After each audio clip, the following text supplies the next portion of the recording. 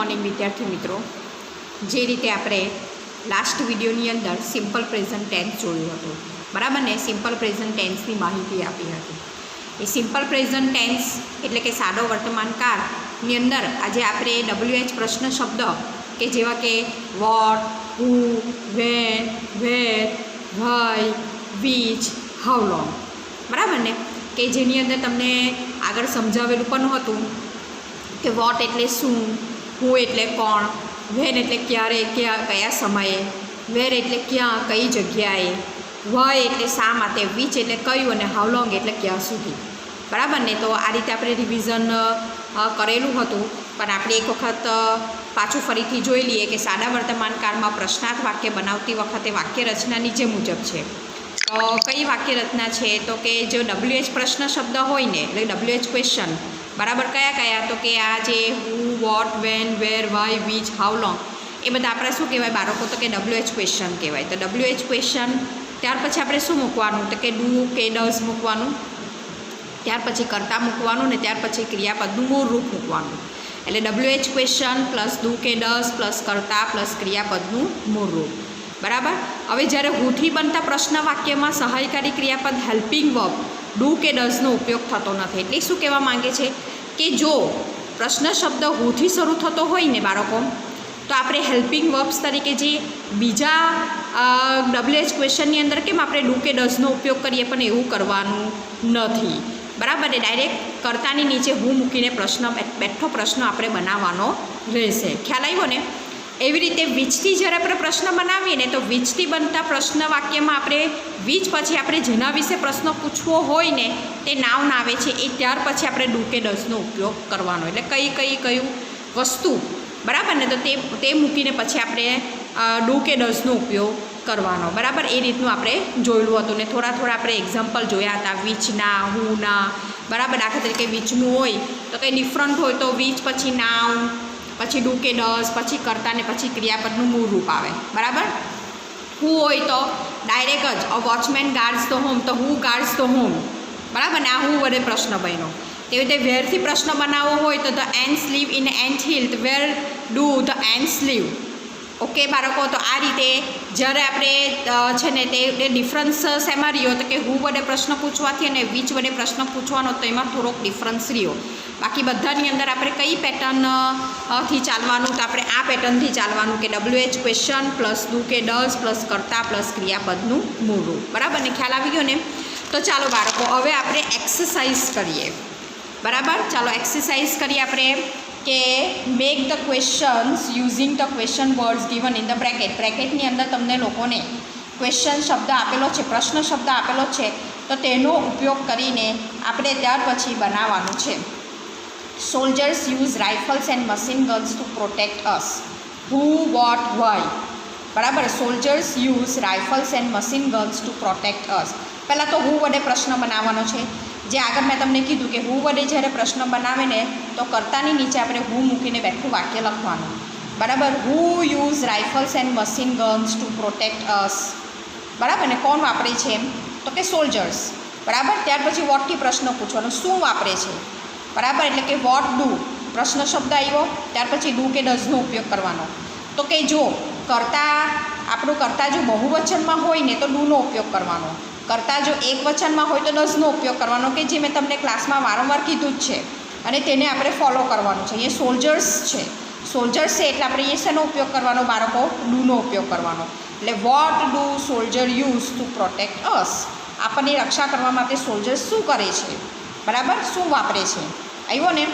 Okay, તો what do soldiers use to protect us, બરાબર. ચાલો ત્યાર પછી આપણે આવીએ છીએ વયથી પ્રશ્ન પૂછવાનો છે. Why do soldier use rifles and machine gun.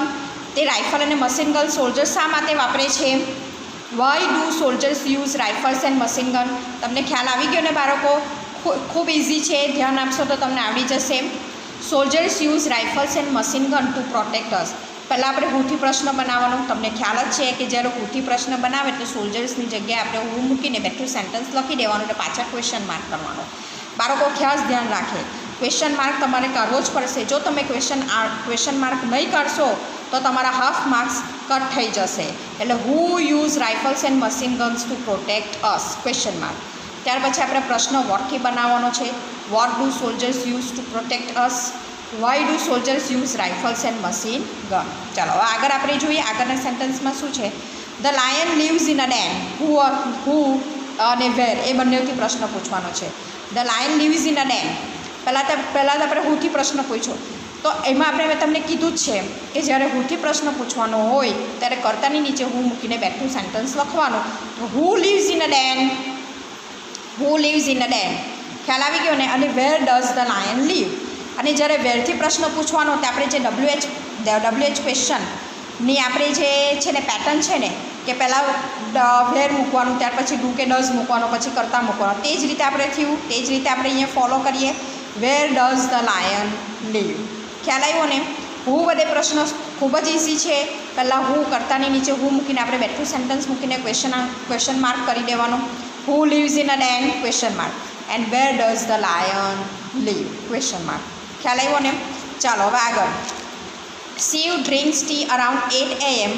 હવે આપણે Shiv drinks tea around 8 AM. What અને વેન બેથી પ્રશ્ન બનાવવાનો છે. એક વોટથી પ્રશ્ન બનાવવાનો છે અને એક વેનથી પ્રશ્ન બનાવવાનો છે. બરાબર? તો પહેલાં આપણે જોઈએ what does Shiv drink around 8 AM. 8 AM દરમિયાન એ શું 8 વાગે એ શું પીએ છે? બરાબર ને? એટલે what does Shiv drink around 8 AM. ક્યારે પીએ છે? તો કે when does Shiv drink tea? When does Shiv drink tea? બરાબર ને? Question mark. ખ્યાલ આવી ગયો ને? અને આ રીતે વોટ અને વેનથી પ્રશ્ન બને છે. જો વોટ અને વેનથી પ્રશ્ન બનાવતી વખતે આપણે વાક્ય રચના જોયું ને કે WH પ્રશ્ન શબ્દ પ્લસ ડુ કે ડઝ પ્લસ કરતા તે જ આવ્યું છે ને પ્લસ ક્રિયાપદનું મૂળ રૂપ. ખ્યાલ આવ્યો ને? ક્રિયાપદનું મૂળ અહીંયા શિવ ડ્રિંક્સ છે. બરાબર? તો અહીંયા ડ્રિંક થઈ જશે. બરાબર? કારણ કે અહીંયા ડઝ આવે એટલે what does Shiv drink around 8 AM and when does Shiv drink tea? બરાબર? ચાલો આગળ આપણે જોઈએ. The green fly is the ant scout. Who? The green fly is the ant scout. Who? તો હુથી પ્રશ્ન પૂછે તો who is the ant scout? Question mark. ખ્યાલ આવી ગયો ને? તેવી જ રીતે Rupesh plays with his pet in the backyard every evening. હવે આના ઘણા બધા છે. હુથી પણ બનાવવાનું છે, વેરથી પણ બનાવવાનું છે, વેનથી પણ બનાવવાનું છે અને વિથ હુમથી પણ બનાવવાનું છે. હુ એટલે કોણ, વેર એટલે ક્યાં, વેન એટલે ક્યારે અને વિથ હુમ એટલે કોની સાથે. બરાબર? તો પહેલાં આપણે હુથી પ્રશ્ન બનાવીએ. Who plays with his pet in the backyard every evening? બરાબર ને? કોણ રમે છે એ રીતે. પછી આવે છે વેરથી આપણે પ્રશ્ન બનાવીએ તો વેર મૂકવાનું, પછી ડઝ મૂકવાનું, રૂપેશ કરતા મૂકવાનો અને play. Where does Rupesh play with his pet? ક્યાં રમે છે? બરાબર? હવે સમય બતાવવાનો ક્યારે રમે છે એટલે when does the Rupesh play with his pet in the backyard. બરાબર? બેકયાર્ડમાં એ ક્યારે રમે છે અને પછી મૂકવાનું છે વિથ હુમ કોની સાથે એટલે with whom does Rupesh play in the backyard every evening. ખ્યાલ આવ્યો ને બાળકો? એકદમ ઇઝી છે. તમે પ્રયત્ન જાતે કરજો તો પણ તમને આવડી જશે. બરાબર? હુ એટલે કોણ, વેર એટલે ક્યાં, વેન એટલે ક્યારે અને વિથ હુમ એટલે કોની સાથે. બરાબર?